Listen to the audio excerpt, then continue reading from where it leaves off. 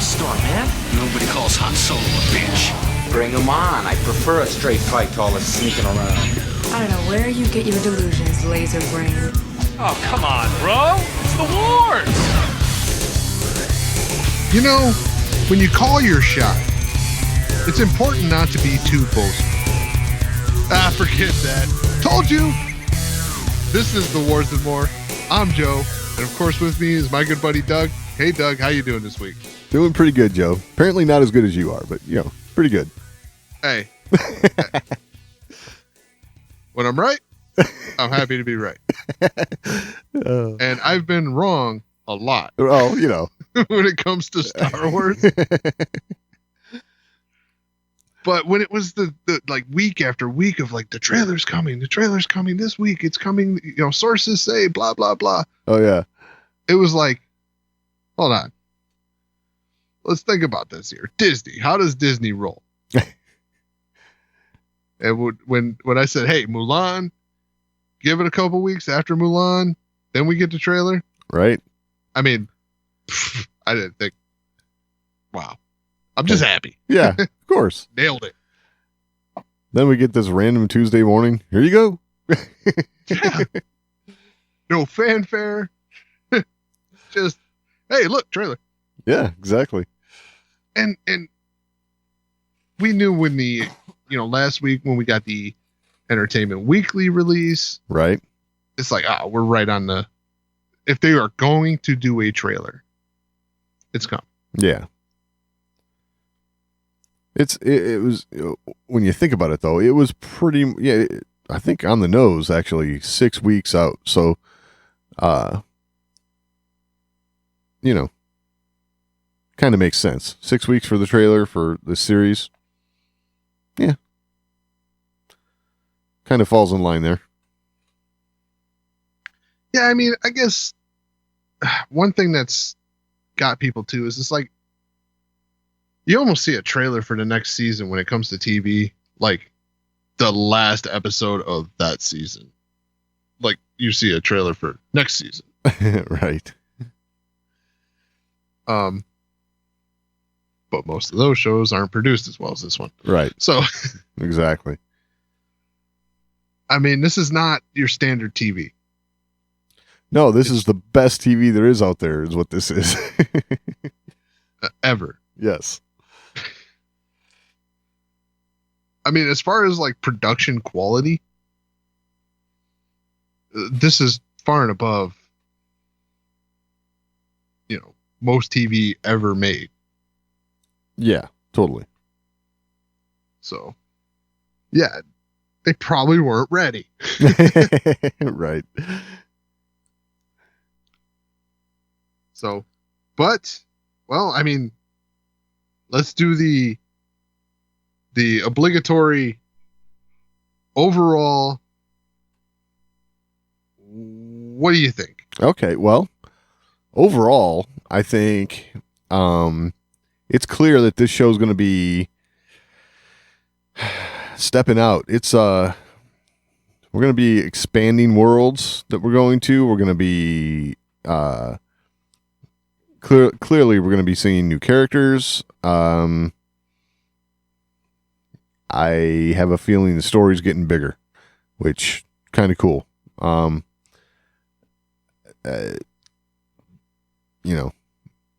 Everything that I saw looks good, and and we got a little piece of humor in the trailer, and it's exactly what we expect from Star Wars, that sort of thing. So it was like, okay, from what I'm seeing so far, again, we're firing on all cylinders here. So how about you? Same. I mean, it had all the hallmarks of a Star Wars trailer. I mean, and that's pitting it up against Star Wars film trailers. Right. Hell, it's probably better than some of the Star Wars film trailers. Yes. But yeah, same thing. I am kind of surprised to see. It looks like we're going to be, I mean, not surprised, but it's still amazing to see. Looks like we're really going to be on the move again this season. Yeah. With going different places. this show is not. There's nothing static about it.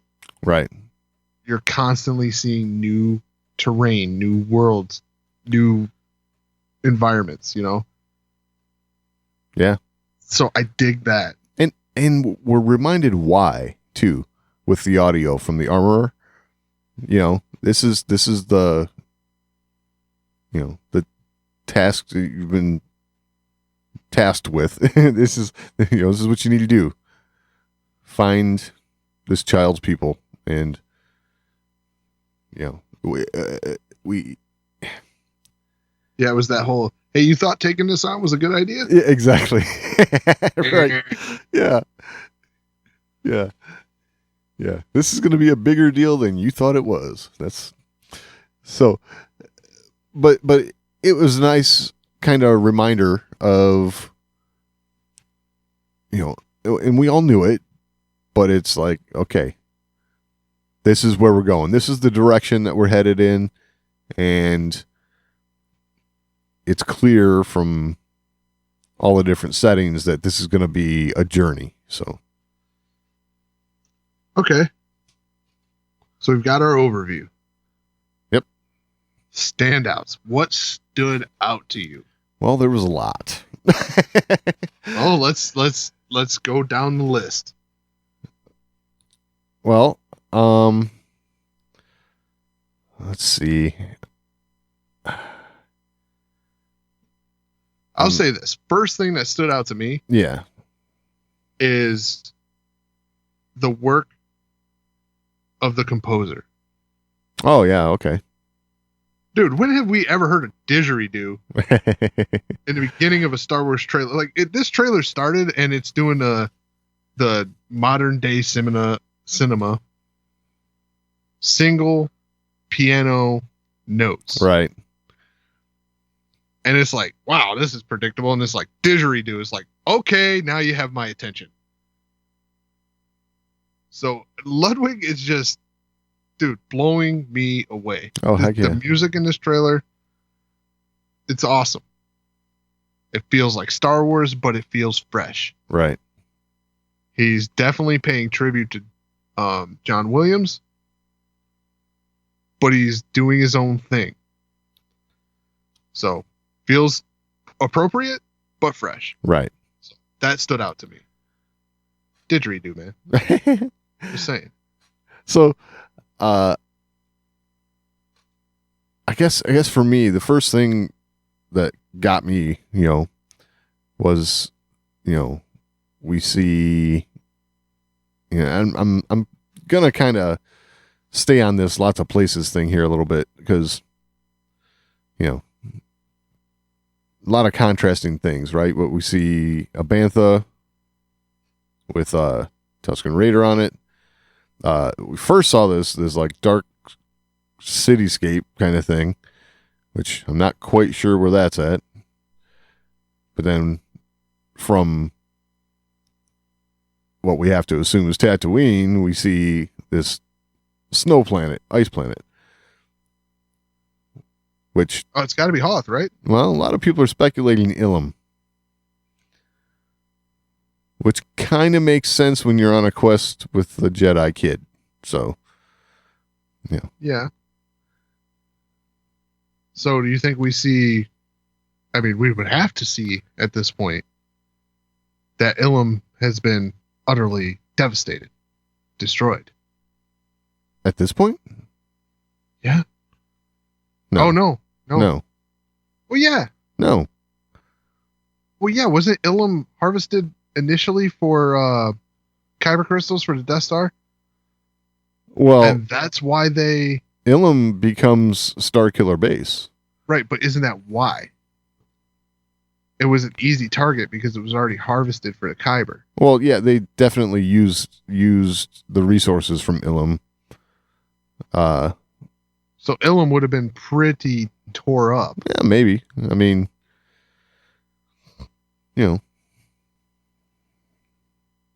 not as bad as it got tore up in Force Awakens. Awakens, yeah. It got blowed up. Right. Became a star. But in that, we see the shot of the child standing there. Mando kind of walks up, kneels down, and there's what looks like wreckage in the background. I'm trying to decide what that might be. If it's wreckage or if it's the Razor Crest, or I'm not quite sure. I mean, it almost looks like a Clone Wars era gunship gun. But if it was a gunship, it's either like half buried or something. I don't know. Okay. Yeah, Kind of cool. But, and then we see Mon Calamari. Bunch of Quarren, and, they get on this boat. Oh, you think this is Mon Cal? Oh, yeah. With all the Quarren there, yeah. Because Quarren are from there as well. Right. I understand that. Okay, so yeah, that's the shot too. Where do we want to go there? Yeah. Go ahead. Where we get our first look at Sasha Banks. Right. I mean, at least I'm assuming that's Sasha. It looks a lot like. Oh, her. it's her. Yeah, for sure. So there was a lot of speculation going into this that Sasha Banks was going to be playing Sabine Wren. Right. Could still be. Yes, it could still be. Could still be, and I'm cool with that. But it also looks like she may be playing another character. And when this shot's queued up, they're talking about looking for Jedi. Right. And then you see this hooded character. So that now sends you down the road that you may be looking at a Force user. It's possible. But we all which know. I'm okay with. Yeah, so am I. But like, I am not bound to this idea that needs to be Sabine Wren. Yeah, it was exciting to think that. Sure. But it doesn't mean that she can't just be playing a new character. I mean, come on, new characters, man. Here's what my thing though. That, it's a trailer. Things can be deceiving. I get it. But that looks very much like an introduction to that character visually, right? Yes. So could this be the contact to actually make contact with a Jedi, right? I mean, you can go two ways here. This is a Force user, hence the robes and the hood, or underneath the robes and hood is a set of Mando armor all painted up,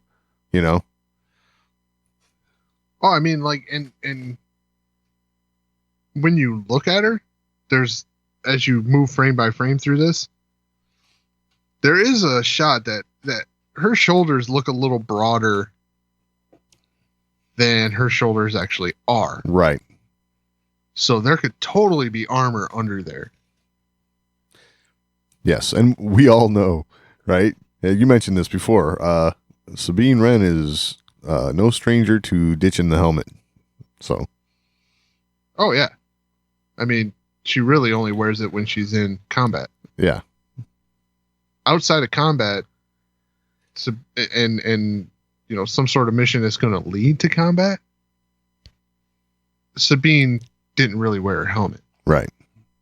So she typically had it around. And it don't look like she's carrying a helmet. No, we might not see it. You never know. It might be close by. Yeah. Just in case, things go sideways. Yeah. I will say this. I mean, if you were going to cast someone to play Sabine Wren, she's totally got the look. For sure. Like, you look at her face and then compare it to animated Sabine Wren, you're like, oh yeah, I see it. Oh yeah. There's no doubt. It's very, very close. And yeah. which is probably the reason for all the rumors. I mean, she just looks like she could be Sabine Wren. Absolutely. I mean, you throw some Mando armor on her, she's Sabine Wren. And no one's going to argue that fact. No, not at all. But yeah, she could totally be a new character. You know, could be a Force user, maybe not. Could just be someone who is in contact with Force users. Right. You know, but she's definitely got the positioning of some sort of intermediary here. Right. Like, this is totally like a follow me kind of scene. Exactly. That's exactly what I was getting out of it too, which it only leads me to believe that, you know, that's what this kind of is, you know, I'm going to lead you to the person you need to talk to. Yeah. So. Then apparently they get on a boat. You know, and there was a lot of talk about Ahsoka showing up in the trailer. Right. Things like that. Look, if they're doing Ahsoka's not going to show up in the trailer. I mean, would I have loved to seen her here? Sure. Was I excited at the prospect of her being in a trailer? Sure. But it makes so much sense for her not to be if she's in a show. Yeah. You don't want Ahsoka's introduction into live action to be in a trailer. I don't know. I think they could have, you know, if they had the footage, I don't know if they do, but I think they could have done it to where you don't even show her face, you don't, or anything like that, but it's kind of clear that it's Ahsoka, you know. I mean, who knows? Or you have one of those blacked out scenes where you hear her voice. Oh, ooh. Yeah. But to do that, you would have had to have Ashley. You'd have to have Ashley for that, for sure. You wouldn't be able to sell that any other way. Exactly. So, but looks awesome. Yep. Sasha looks awesome. Yep. So, something else that we got to see here, and she's got some ninja moves. Just throwing that out there. Right. Yes. Because she's there. There she go. Yeah. And then it shows. Then it shows the child like, what? Yeah. Exactly. Hey. Like, did you see that? Yeah. Because I saw that. She was there, and then she's not, dude. Like, seriously. Right. Were you paying attention? That is funny. So we get to see some X-Wings in this. But before we get to the X-Wings, I just want to point out that I love this about Star Wars. Yeah. They're on a boat, dude. Yeah. Like, all this technology everywhere, all the time, right? Oh, yeah. And Star Wars is not above there being a boat. Well, for sure. I dig that. It's a minor point, but I like that about Star Wars. It doesn't like have to everything be a hovercraft or right. Something like that. Right. There are literal boats. It shows the dynamic between civilizations, right? Yep. Absolutely. So not every civilization is as advanced as the next. And they might have the advanced technology, but, you know, some of the old technology can still serve a purpose, right? Depending on where you're at. So, you know, it works out that way. And then not only that, I mean, you've been fishing, right? Of course. When fishing, the further you got to pull the fish out of the water, the higher the risk is you lose the fish. This is true. So, closer to the water, better.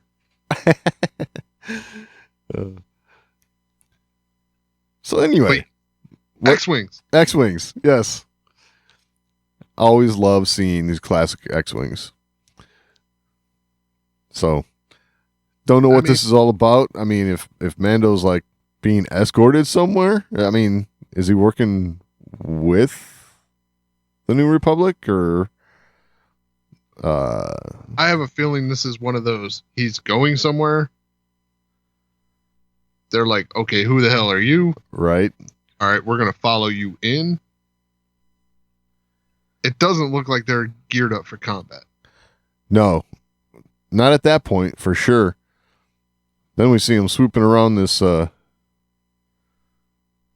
clouds and stuff, and it's like, oh, ooh. through the clouds? That's when I was like in. Oh, yeah. I mean, I was in before that, but man, I see these X-Wings swooping through the clouds. I'm like, yes. S-foils in right. attack position. Yep. Yeah, this is ships, man. Star Wars fighters and ships and things like that gets me every time. Heck yeah.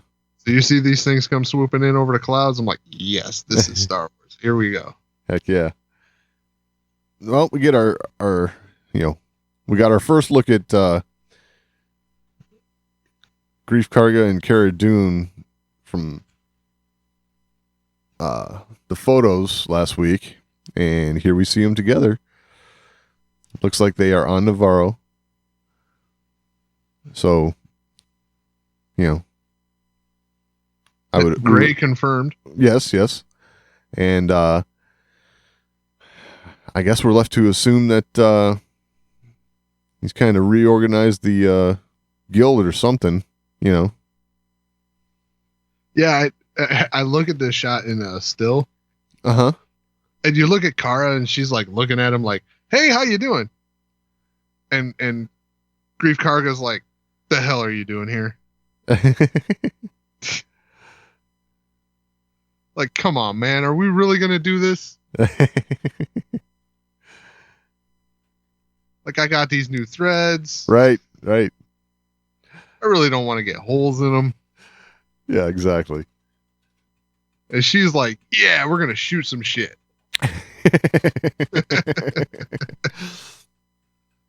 I like it. Seriously, I mean, he just has that look like, here we go. Okay, so we see some more of those TIE fighters that Gideon had. Yep.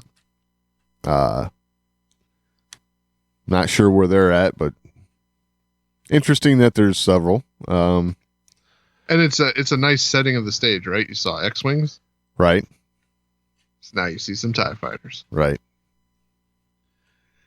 And then we get this shot of these stormtroopers running down a hallway. Which I'm going to have to say. And what? Huh? A hallway where? Yeah. Looks like on a Star Destroyer to me. Yeah. So the whole Star Destroyer idea. Yeah. It's looking more and more plausible. Look more like just it's happening. Yeah. Like this is happening. And it looks like yeah, they got visitors. So right. I think that confirms that our team here is going to end up on said Star Destroyer, which Right. that one shot in the EW photos pretty much confirmed, right? Yeah, I mean, we can't really confirm, but man, it sure looks, if I had to put money on it, I'd put money on it. Which is probably a retrieval mission. Yeah, that's my guess. If I had to put money on it. Right. Because in this trailer, we hear him say, I mean, this is skipping ahead a little bit, but it's like, he goes everywhere, but where he goes, I go. Where I go, he goes. Yeah. So, well, in that shot in the EW photo, Child was missing. Yes, exactly. So, if I had to put money on it, like you said. Then we get to All right, see man, speeder bikes jumping off a cliff. Looks like a landing platform or something here. And, kind of a cool move. I don't know. Yeah, I mean, I'm seeing 3 stormtroopers riding these speeder bikes off this cliff. And I just look at that, like, you look at that shot, it's like, man, I got 3 of them to do that? Right. I'd have rode up to the edge and went, whoa. Yeah. No, dude. Right. I don't care what you say this thing can do. You know the failure rate on these repulsor lifts? Jeez. As they're doing that platform they're jumping off of, it appears to be some like fallen stormtroopers laying there as they go whipping by. So apparently some stuff's going down. To the, like, why are you doing that? Like, these dudes died up here. Right. Right. Unless they're running. If they're running, I guess it makes more sense. Yeah, it could be. Could be that. Yeah, I'll take my chances. Because the next shot we get is Mando. Looks like he's jumping into the same cavernous area, full on jetpack. Looks like he's got control of that thing and, he can use it. Yeah. So, let's see. Now this is, see Mando on this ice world, I guess. This shot where he's like up against a cliff face or something. Are you talking about when they're walking into the Fortress of Solitude? Yes. Okay. So yes, exactly right. That's what really reminds you of like Ilum from what we've seen so far in animation and stuff. So, could be a good bet that that's what planet that is. Yeah, and he's holding the child like a football. Yeah. Yeah. Like a football. Jeez. Gonna give the kid a complex. He's got him in one arm like a football. Oh, I mean, he looks chill. Yeah, yeah. So, he likes it. Then there's a shot of what looks like the Razor Crest coming into atmosphere. Coming in hot. Hot, yes. Like a full-on, space capsule. But yeah, this is totally the Apollo 13 shot. Right, totally. Which means this is probably not a controlled descent. I was just going to say, yeah. Yeah, you should probably adjust your angle of approach. But hey. Got to keep it interesting. Yeah. Then we get to see Gamorreans. Yeah, fighting, which is, have to imagine that this is probably on Tatooine somewhere. And in a way that's very reminiscent of Maz's castle. Looks like there's a bunch of flags overhead where they're fighting and stuff. Kind of. Yeah, this is UFC Tatooine, dude. Yeah, there we go. Absolutely. Now we get to the part you were talking about. Yeah, no place for a kid. Where he goes, I go. And this voice, I said, man, I know this voice. I think it's pretty much universally believed that this is Jon Favreau voicing this character. Okay. Of Cyclops there? Yeah. Which leads us to the greatest scene of the trailer. Yes. Oh man, it's getting dicey. Yeah, Mando arms his what are they called? Screaming birds or whatever. Screaming bird, something like that. Something I forget what it is, but yeah, little baby Yoda's like, whoop. Yep, tapping out. Deuces. Yep. Yeah. Like, it's getting hot in here. I'm gonna go in the air conditioning. That's right. And that's like this is the child who can use the Force. Right. Hold back a wall of flame. Right. He's like, nah, I'm good. Yeah, exactly. All right, And I will say this little fight scene tease that we get, right? Yep. This is a little more of that outlaw type brawl that we were kind of expecting out of this series. Because it's this little bit's kind of brutal. Oh yeah. I mean, for Star Wars, this is brutal combat. Right. And we when the series was getting ready to come out, and even after what we've seen in season 1, there is a little more of that Old West outlaw, brutality kind of thing to it. Lawlessness, right? Right. So this adds to that. It was like a nasty bar brawl, man. Yeah, for sure. And it's not something we're used to. Yeah, true. We're not used to seeing a blade sticking out of someone's chest. Just saying. Yeah, you have a point there. That's true. I wanted to go back. There's also a scene I was scrubbing through the trailer here, and I kind of skipped over it before. There's this one quick shot of... Yeah, I will point out, before you go there, Yeah. I said highlights. Okay, well, okay.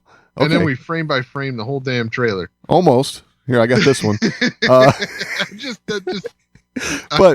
kid. But it really that is the highlights. Yeah. Let's be real. This is the shot where there's someone hanging down upside down from a light post there.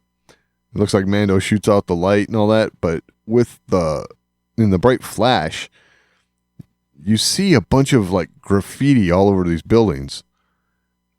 And I'm just kind of like putting 2 and 2 together, this might be somewhere that Sabine's tagged already. So that's not quite Sabine level art, though. I agree, but you never know. There might be a little nugget in all that messy graffiti. Yeah, Sabine was an artist. Yes. Sabine didn't screw around with this, juvenile graffiti. But Right. yes. I mean, when we get a better look at it, who knows? Maybe we'll see something. So do you have the still of that? Yeah, I got it up right now. It's just kind of hard to see.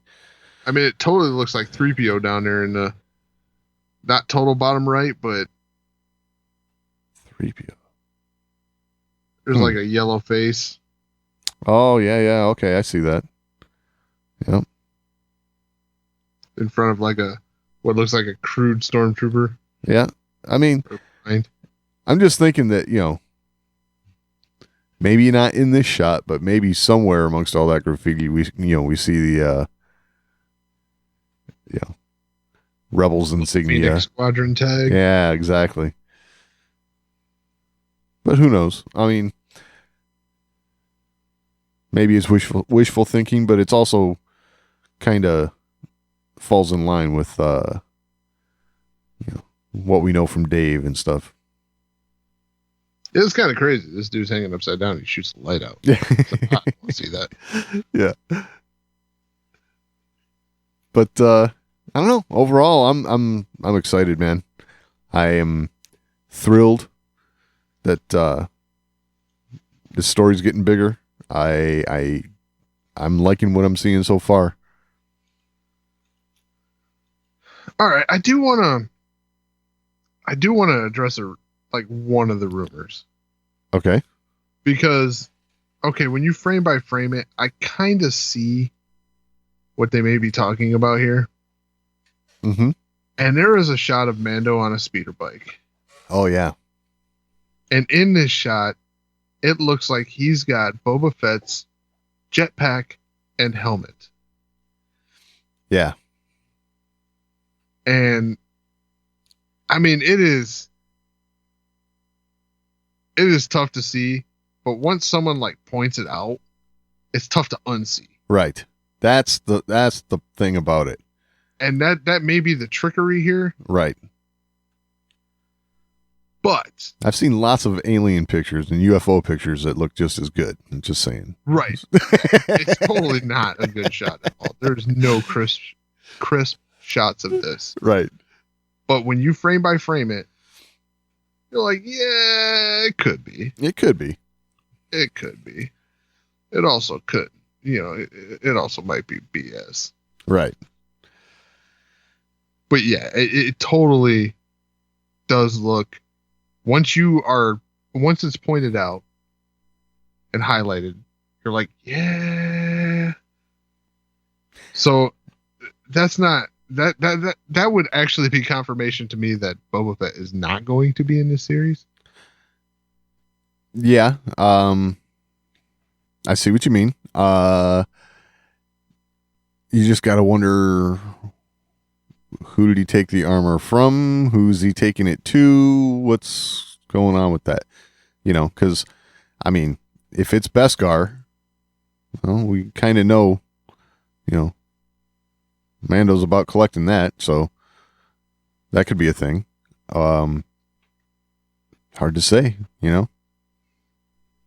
I mean, if he takes it from Boba Fett, that would put a nice little bow on everything. Sure. And if he just finds it out in the Tatooine desert, well, kind of the same thing, right? If he takes it from him, I'll be like, see, I told you this dude sucks. Yeah. Oh, so that's what you want to see now. I'm thinking. No, I totally don't want to see it. I'm thinking if he finds like the helmet and jetpack and he's like, hey, these are Mandalorian. Yeah, I'm going to put these in the right hands, Mandalorian hands for future use or whatever. Yeah. But we all know, hey, that's Boba Fett's stuff. Yeah, guess he didn't make it very far. So he's like, hey, look, I found the poser's armor. It's so harsh, Joe. So harsh. I'm sorry. And you know what? It's not. I don't have a hatred for Boba Fett. Yes, you do. It's clear. I do not. I absolutely do not. Okay. I got Boba Fett crap all over the place. Okay?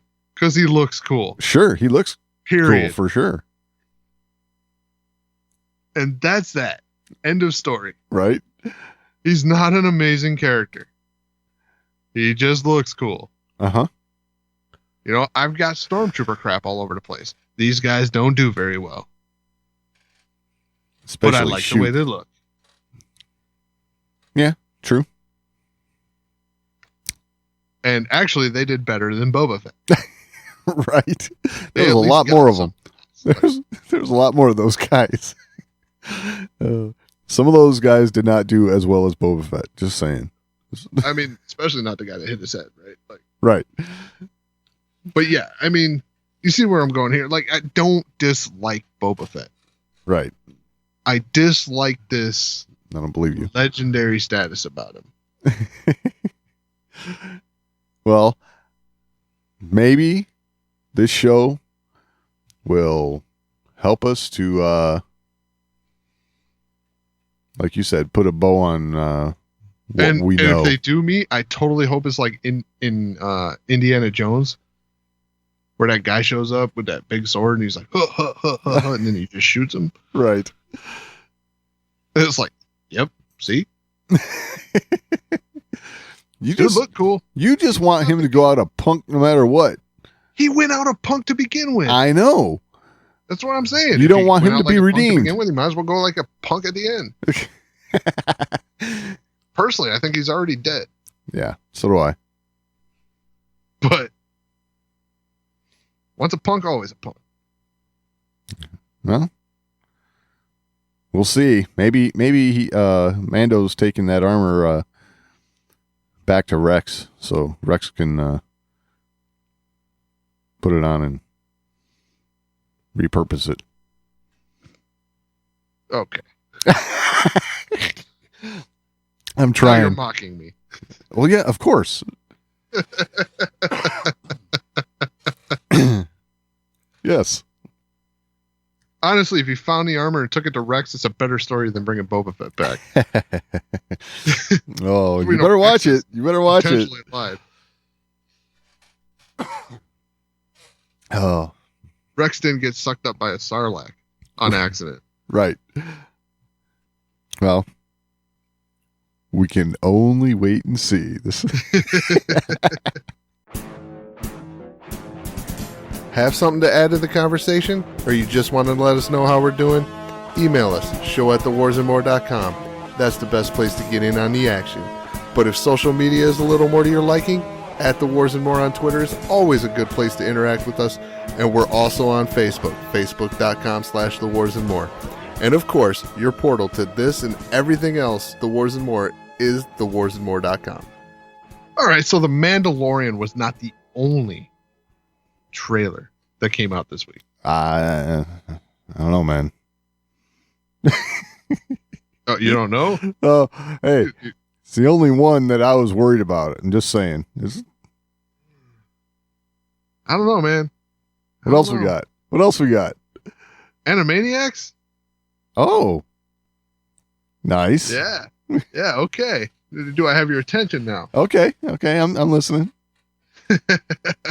So Animaniacs, the Steven Spielberg series from the 90s. I think actually, 90s, right? Yeah. So Yeah. It ended before the 2000 era. So it's back. Cool. Coming to Hulu. So if you have Hulu, Interesting. this is good news, right?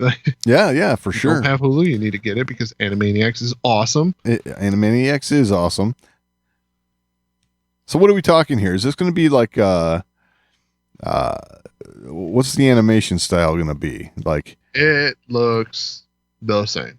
Oh, really? I mean, it's updated, Okay. but it is very, very similar. Okay. That's cool. Like I have expected when I heard this was coming that it would be like, what's a good example? Like DuckTales, right? Right. Yeah. That's one that bugs me. Where they're gonna throw this fancy new 3D animation style at it, and it's gonna be, just kind of weird. Yeah. Yeah. Because I do find that about the new DuckTales series. It's just kind of weird to watch because I know DuckTales. Yep. I mean, at least they made a new song, right? So they didn't use the old song. They made a new song. But it was different. And when you're watching a series that you started watching because your love of of the old series, to see it that drastically change was just a little off-putting. Yeah. Doesn't look that way with Animaniacs. Okay. Cool. It's basically the same animation style with nicer edges. Like Okay. Gotcha. cleaner lines, right? Right. So new technology, but same style. Awesome. Which, unlike DuckTales, like I think the style of Animaniacs would have had to have remained somewhat the same because of the show, like the feel of the show, the tone of the show, what the show's about, right? Like, I mean, it's about madness, but Right. but just the content of the show, it would have been really weird to mix this one up.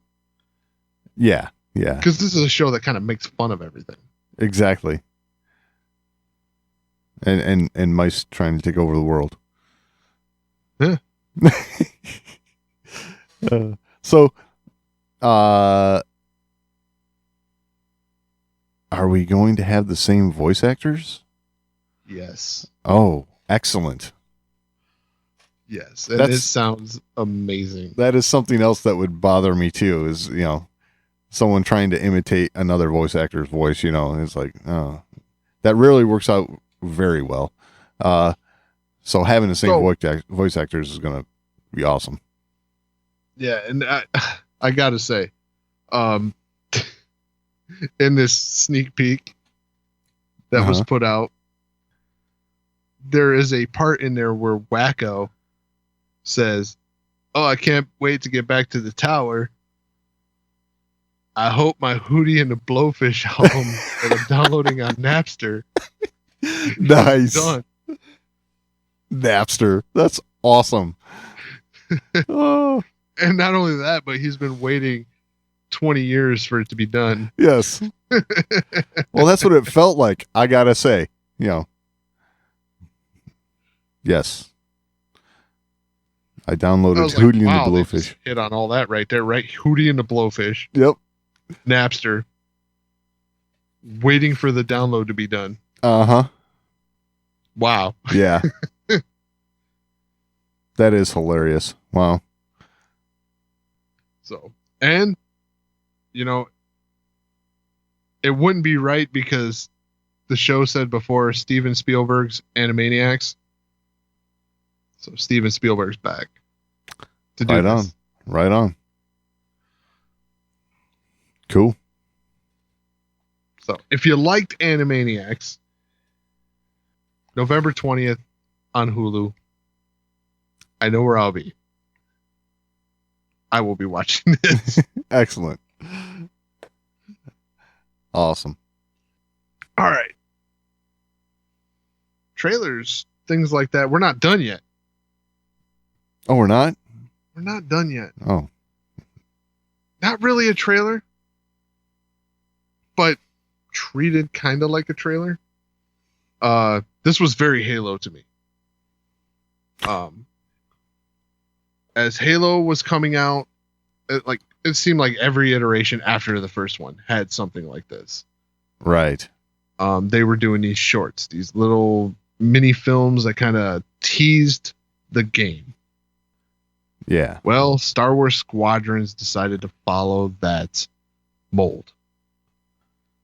And they put out a CG short called Hunted. Yes. Did you get a chance to check this out, Doug? I did. This thing's pretty cool. Yeah. I mean, they could have kept going and I'd have kept watching. Absolutely. They could have made a movie out of this thing. Yeah. It was pretty awesome. I gotta say, just as these sort of things go, a lot of times, they get a story across and everything, but they're not very, there's not a lot of detail in the environment you're watching. This one, my God, this thing looked fabulous. And there was a lot of stuff in there that we don't see a whole lot of. Like, I mean, so Halo didn't have the advantage when they were doing this kind of stuff. They didn't have the ILM advantage. yeah, for sure. The Lucasfilm advantage. Like, yeah. they you could tell that they did those on, for a trailer, things like that, on what would have been kind of a shoestring budget, right? Yeah, yeah. It was made for a video game. It wasn't going to get a theatrical looking trailer, like theatrical quality. Hey, It was theatrical looking. isn't this made for a video game? Yeah. I mean, I'm just talking kidding. about that. I know. Because apparently the game has changed. Right. Yeah. This was very theatrical. Like Yeah. I said, you can make a series out of this and people will watch it. Oh, because it's absolutely. amazing. This thing, it was not very dialogue heavy. Had some, but it didn't need to be either. This was like, they told a lot of the story visually, and it was clear. It was good. Well, I mean, we talked about it earlier on with the Mandalorian trailer. Sucker for Star Wars ships, Oh yeah, totally. X-Wings, TIE fighters, fighting. Yep. It's a recipe for success. Absolutely. This was awesome. It was very fun to watch. Definitely get you pumped for this game, which is only a couple weeks away. Right. October 2nd, we're going to see this thing. Wow. It's coming fast. It's all coming fast. I mean, yeah, it is. I mean, it was a couple weeks ago. We're like, man, what are we going to talk about? Yeah, really. and we were saying, yeah, it's a calm before a storm. Everything's been quiet. There's going to be a barrage. Yes. Wow, we underestimated that. For sure. So, yeah, very cool looking. Definitely get you pumped for the game. Much like the Halo ones did. But, man, this is so much. They took Halo and they took what Halo did and they turned it up to 11. Oh, yeah. Wow, this was cool. Yeah, for sure. Like I said, they can make a series out of this. Maybe the budget wouldn't approve of it, but right, because it was some pretty fantastic CG work. That's for sure. I could see that being costly. It almost makes you wonder, man, what did they pay for this? Yeah, I don't want to know. They got the Disney arm now, right? Like, right, exactly. So Disney's a little more apt to like, hey, if we think we're gonna make a good amount of money on it, we'll spend a good amount of money on it to promote it. So yeah, for sure. And yeah, proving it here, man. Spare no expense. All right. Talking about one Star Wars live action TV series in The Mandalorian. Oh, yeah. Well, there's another one coming. And Ewan McGregor, he's out. He's talking Star Wars. Well, he is out. He's out. He's supposed to be talking about his new show that he's got. I know what he's supposed to be talking about, but he's out and he's talking Star Wars. Well, right. So he's promoting his new show on Apple TV Plus, Long Way Up, which he and his buddy. So real quick, get this: they ride electric motorcycles from like the southern tip of Argentina all the way up to LA, and they kind of document it and show their experience, and that sounds very intriguing to me. Really? I'm like, man, get to Star Wars. Yeah.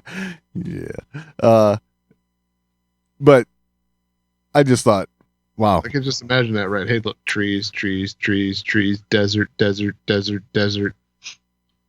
Wow. Okay. I guess we'll get to some of the Star Wars part. Woo! But we'll have a little break in there. Anyway, I'm just I kid. Man, you're being very mean tonight. Hold on. You were mocking me earlier in this episode about Boba Fett. Don't right. get me. Oh, you're being mean to me now. Of course I was. Anyway. The tables have turned, Doug. They've turned. So, anyway, Ewan's, whenever he gets out on the circuit, he's always asked about Star Wars. So, he was commenting on how a lot of the stuff that's out there these days is kind of, it's a remake or it's a sequel or it's things are kind of getting, to paraphrase him, a little cookie cutter. So, is kind of what he had to say about that.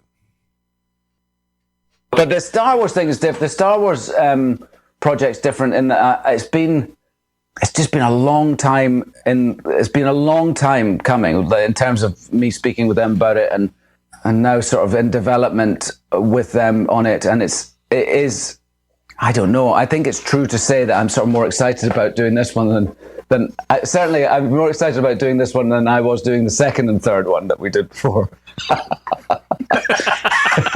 Because I'm just excited about working with Deborah and Deborah Chow, and the storylines are going to be really good, I think. And I'm excited to play him again. I don't know. It's been long enough since I played him before.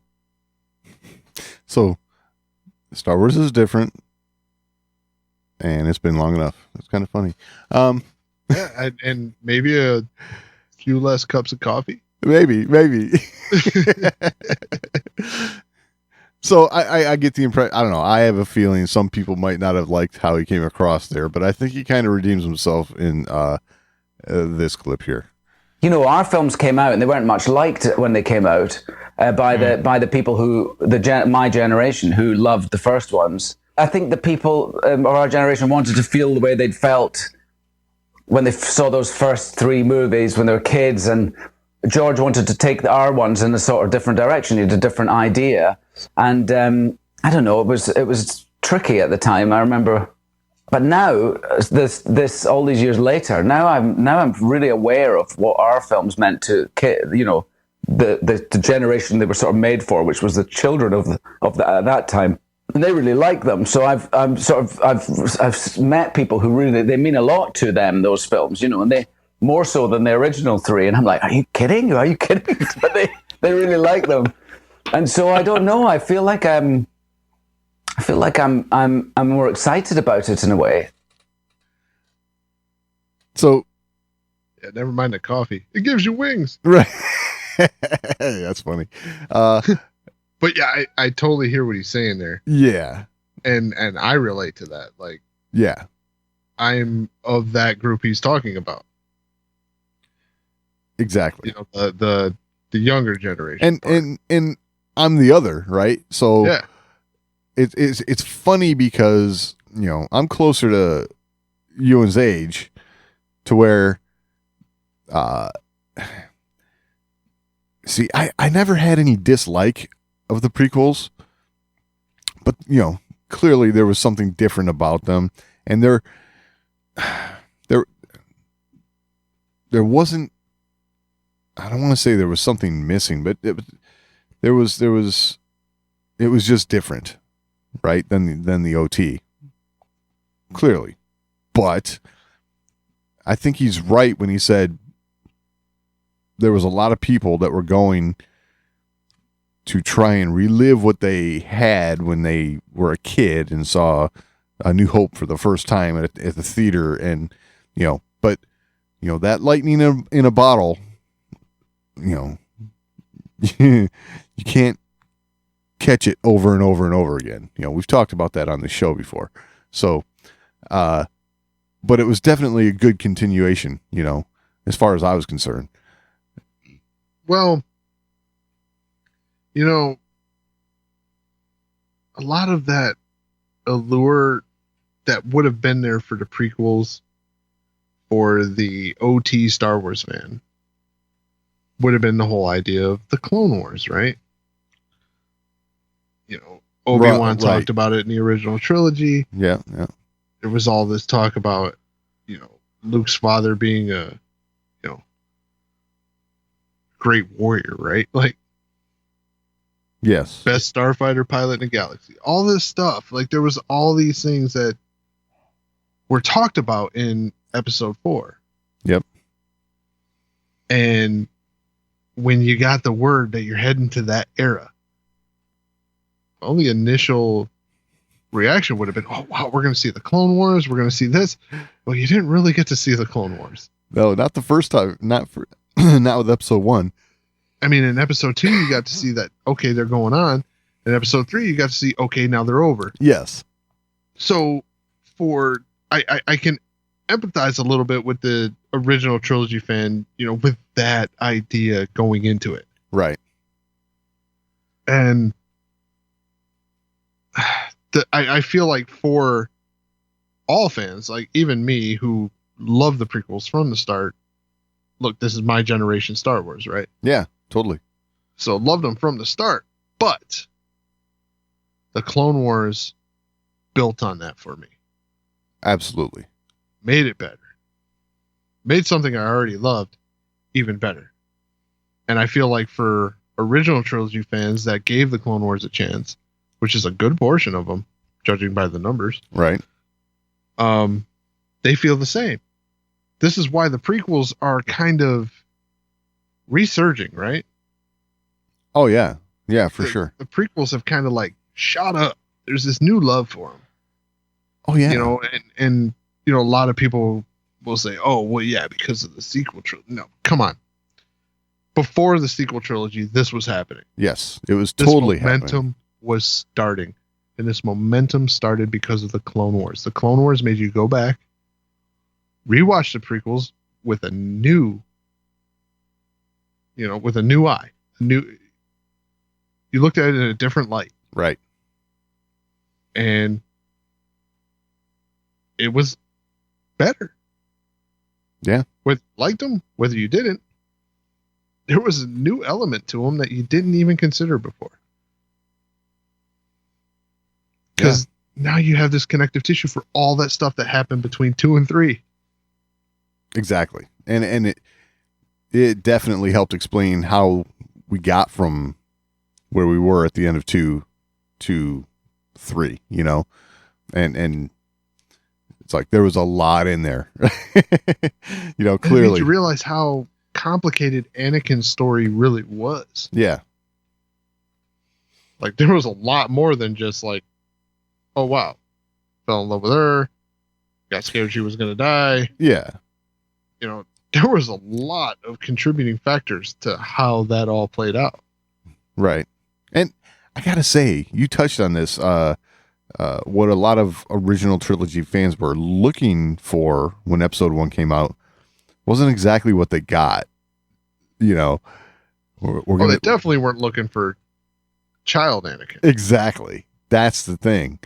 And it probably takes,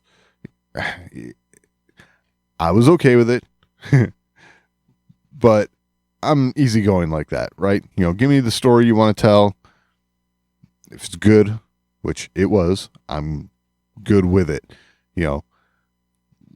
I'm not one of these people who's going to be like, if you're not telling me the story I'm expecting, it's no good, kind of thing.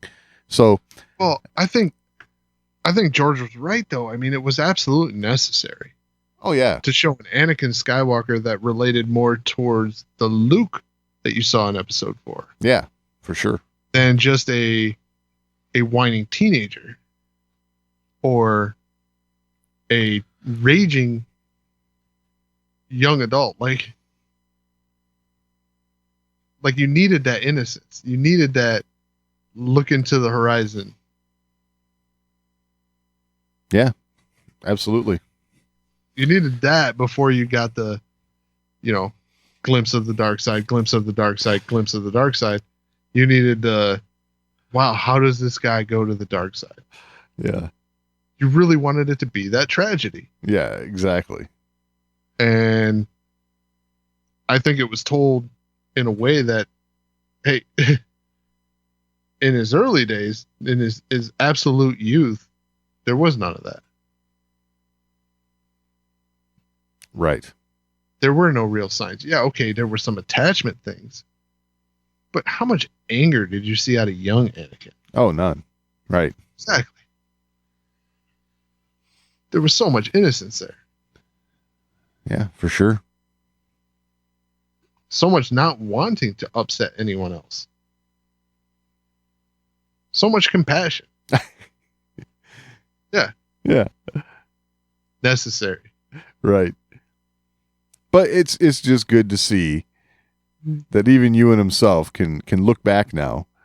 He might not have been all excited about going back to shoot episode 2 and 3 at the time, but now, with time under his belt, just like for all of us, going back and looking at how appreciated those films are by fans.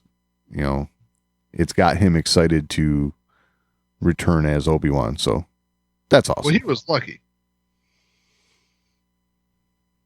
because the internet wasn't what it is. Yeah, true. Today. Yeah. For episode 1. That's for sure. I mean, there might have been a different Obi-Wan Kenobi in episodes 2 and 3 if it was the same as episode 1. Right. Because, man, the internet is just an awful place anymore. Yeah. Like, even for good stuff. Yeah. True statement. So, I neglected to mention those prior 2 clips were from the Empire podcast. So if you want, go back, check out the whole interview there. He is making the rounds. So here I got something from ET Online, and it's just a funny little clip of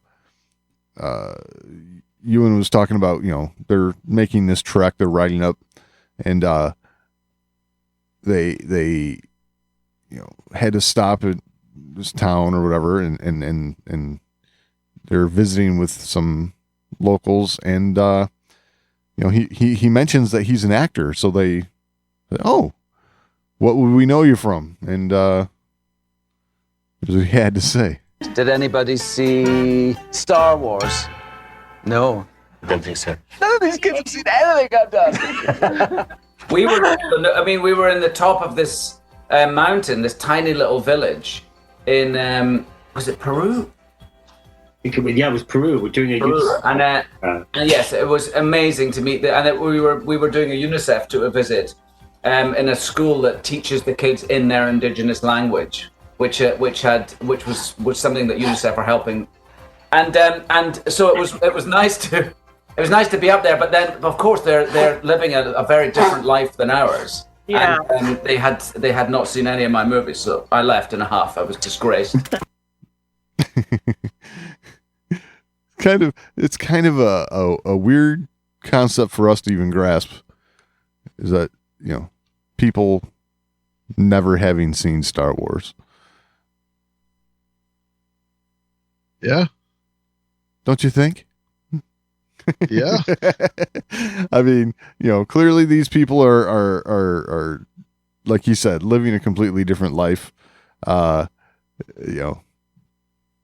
top of a mountain somewhere in South America. Okay. They might not have seen Star Wars, but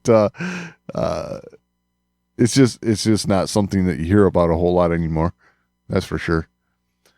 Oh, without a doubt. Here, Ewan. So how did they make this trek? I made fun of this trek before. Yes, you did. But how did they make this trek? Like, this was on the second stop, like second country. Did they go like right from Argentina to Peru? Oh, I don't know. I mean, I don't know. I don't know. I don't know their route. Probably have to watch the show for that. That ain't gonna happen. Okay. So this next clip is basically just confirming something that we've heard already, but I feel reassured hearing it from him, this far into the game here. Yeah, very soon, and the spring next year we start, so I'm really excited about it. I mean, I'm super excited about it. It's going to be great, I think. Basically, that's when they're going to start shooting. So, in the spring. So, it's still happening. We're still on. Then, and not to beat on a dead horse here, but yeah, you can't go from Argentina to Peru. Huh? Like, you can't go to from Argentina directly to Peru. It was like I said, is this like the second stop? Okay. I mean, it had to go through Bolivia or Chile, one of the two. Okay. Yeah, I think they were going in and out of Chile. but Yeah, I it don't was know. a memory gaffe. Just Okay. because at least I know where Argentina and Peru are. Okay. All right. Anywho, there was one more interesting clip that I caught on the BBC's The One Show, and I just thought it was a little interesting what he had to say about going about playing Obi-Wan after Sir Alec Guinness. I think we shot the last one I did in 2003, so it's been a while. And I'm that much closer to Alec Guinness's age now. Maybe not really. And so that was always the fun part about playing Obi-Wan Kenobi for me, was to try and, study Alec Guinness and think about how he would have behaved in these scenes as a younger man. So now I'll be a bit closer, and it'll be nice to sort of bridge that gap. It was really exciting. So that's one thing that I've always gotten from Ewan's performance as Obi-Wan, is that he definitely locked into some of Alec Guinness's little traits that he gave the character, and really does tie it together really well. So, it's to know that he actually put the effort in and we get to see it on screen is just kind of cool. Just a little look into the process. I like it. yeah, I like how he threw that "not really" in there. Oh yeah, But- yeah. Getting closer to his age, not really. Yeah. Well, you're definitely closer to the Alec Guinness Obi-Wan Kenobi than you are to the Ewan McGregor Obi-Wan Kenobi. Isn't that funny? You're right. Yeah. It's really wild to think about, but Yeah. It's true. But, just some neat stuff from you, and I guess, again, like anyone who's been in Star Wars, whenever you're out promoting something else, you're always asked about Star Wars. hey, you can't get away from it, right? Like, That's exactly right. no matter what, it's gonna come up. So, hey, I like that though. Yeah, for sure. The more you can bring it up, the better. Absolutely. All right. Well, if you have anything to add to the conversation, you can always email us. show@thewarsofmore.com. It's the best way to get a hold of us. We're also on social media. We're at The Wars of More on Twitter, facebook.com/thewarsofmore. You can find all that and all the ways to find the show over at thewarsofmore.com. Any final thoughts this week, Doug? No, I think that about covers it. All right. We'll talk next week.